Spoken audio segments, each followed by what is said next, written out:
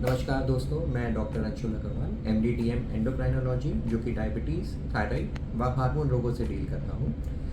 आज हम यहाँ जानेंगे ये डायबिटीज़ के लास्ट पार्ट में कि डायबिटीज़ में क्या-क्या एडवांसमेंट आ चुके हैं। डायबिटीज़ हम देखेंगे बहुत पुरानी बीमारी है। हालाँकि आजकल इसका इंसिडेंस और इसका डायग्नोसिस काफ़ी बढ़ता जा रहा है। इंडिया अभी सेकंड कैपिटल है डायबिटीज़ की, नेक्स्ट ओनली टू चाइना, और ये 2045 में एक्सपेक्टेड है कि चाइना से को भी पार कर जाएगी। तो ये डायबिटीज़ हमारे इंडिया में बढ़ती जा रही है। इवन यंगर जनरेशन में टाइप 2 डायबिटीज़ ज़्यादा देखने को मिल रही है। तो इसके लिए बहुत सारे शोध हो रहे हैं क्योंकि ये पूरे वर्ल्ड वाइड प्रिवलेंट है। काफ़ी ज़्यादा शोध होने के बाद काफ़ी सारे एडवांसमेंट्स भी आ रहे हैं। अगर हम बात करें मॉनिटरिंग की, तो पहले हमारे पास मॉनिटर करने के लिए कोई डिवाइसेस नहीं होते थे। हालांकि अब ग्लूकोमीटर डिवाइसेस अवेलेबल हो गए। ग्लूकोमीटर डिवाइसेस भी काफ़ी पुराने हो गए। इसके साथ ही साथ अब नए एडवांसमेंट में कुछ ऐसी डिवाइसेस आई हैं जो बिना प्रिक किए आपके चिप की तरह पेट में या हाथ में चिपक जाती हैं और ऑटोमेटिक हर 15 मिनट में इन शुगर्स को मॉनिटर करती रहती है।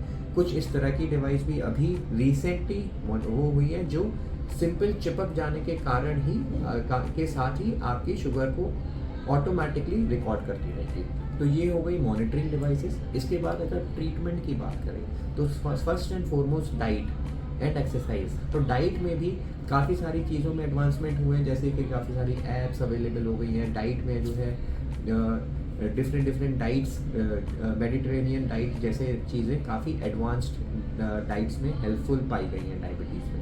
इसके बाद अगर ट्रीटमेंट की बात करें तो ट्रीटमेंट को हम डिवाइड करते हैं, यानी कि जो दवाइयों में ट्रीटमेंट में एडवांसमेंट्स आया है। कुछ दवाइयाँ इन डायबिटीज़ में ऐसी पाई गई हैं जो हार्ट के लिए और किडनी के लिए बेनिफिशियल होगी। पहले हम बात करते थे दवाइयाँ जो कि शुगर को कंट्रोल करें, लेकिन अब कुछ दवाइयाँ ऐसी आई हैं जो ना केवल शुगर को कंट्रोल करेंगे बट हार्ट का प्रॉब्लम होने से रोकेंगे, किडनी की प्रॉब्लम होने से रोकेंगे, इवन लकवा होने की प्रॉब्लम से को कम करेंगे। इसके अलावा कुछ दवाइयाँ ऐसी हैं जो कि वज़न को भी गिराएंगी। वज़न गिरने से इंसुलिन का प्रभाव बढ़ता है, इंसुलिन का एक्शन बढ़ता है, इसके साथ साथ इंसुलिन ज़्यादा बनती है। तो इसमें हम बात करते हैं बीटा सेल प्रिजर्वेशन या रिवर्सल ऑफ डायबिटीज़ की। तो कुछ दवाइयाँ हमें हेल्प करती हैं कि हम डायबिटीज़ को या तो बढ़ने से रोक दें या उसको उल्टी डायरेक्शन में जाके उसको रिवर्सल पे बात करें। इसके बाद इंजेक्शन की बात करें तो कुछ इंजेक्शंस अवेलेबल हैं जो कि बहुत ज़्यादा फैट लॉस करा सकते हैं, आपके एपेटाइट को यानी कि भूख को कम करा सकते हैं, जिसके कारण अधिक वेट लॉस होने के कारण डायबिटीज़ को अगेन रोका जा सकता है, बढ़ने से रोका जा सकता है या इवन रिवर्स किया जा सकता है।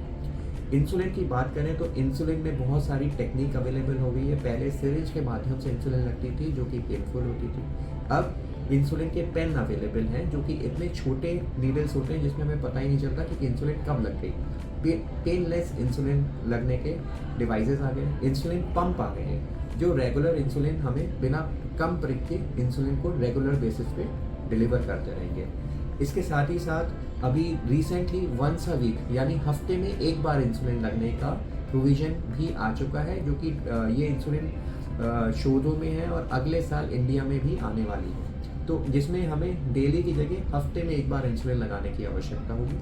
इसके बाद ओरल इंसुलिन, इसका भी शोध चल रहा है कि इंजेक्शन की जगह यदि हमें एक सिंपल टैबलेट के फॉर्म में इंसुलिन मिल जाए, इसके ऊपर भी एडवांसमेंट चल रहा है। ये अभी आया नहीं है बट बहुत रिसेंटली हमें एक्सपेक्टेड है कि ये अगर यदि आता है तो फिर हमें काफ़ी हेल्पफुल होगा।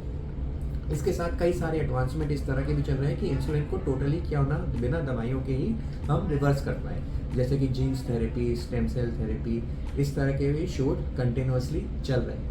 लेकिन हाल फिलहाल अवेलेबल जो हमारे पास थेरेपीज़ हैं वो हम जो यूज़ कर रहे हैं और न्यू और आधुनिक तकनीकों से जो डायबिटीज़ ट्रीट कर रहे हैं उसमें मॉनिटरिंग डिवाइसेस यूज़ कर रहे हैं, नई तकनीकों से इंसुलिन की डिलीवरी यूज़ कर रहे हैं, नई दवाइयाँ जो कि हार्ट और किडनी के लिए ना केवल सेफ हैं बल्कि उसको प्रोटेक्ट करती हैं, उस चीज़ को यूज़ कर रहे हैं। इससे हम डायबिटीज़ को अब नए तरीके से देखने लगे हैं जिसमें ना केवल डायबिटीज़ को कंट्रोल करना ज़रूरी है, बल्कि डायबिटीज़ से रिलेटेड होने वाली कॉम्प्लिकेशन को रोकना ज़रूरी है।